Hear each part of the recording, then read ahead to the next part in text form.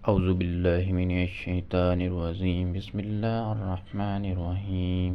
السلام علیکم۔ صحیح بخاری کتاب فتنہ کا بیان، باب دجال کا بیان، حدیث نمبر 7124۔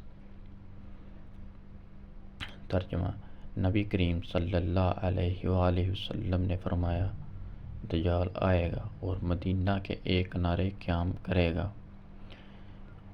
پھر مدینہ 3 مرتبہ کانپے گا،